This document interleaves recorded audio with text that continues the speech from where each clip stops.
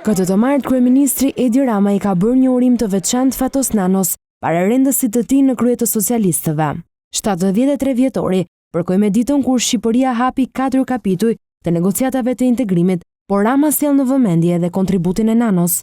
Sot kur Shqipëria e sheh nga afër majën ku duhet të ngjitet pas një rrugtimi të stërgjatë, dua të them se si pjesë e këtij rrugtimi, Fatosi ka meritin e madhe që e ktheu partinë toni në forcë me sy e me zemër nga Evropa.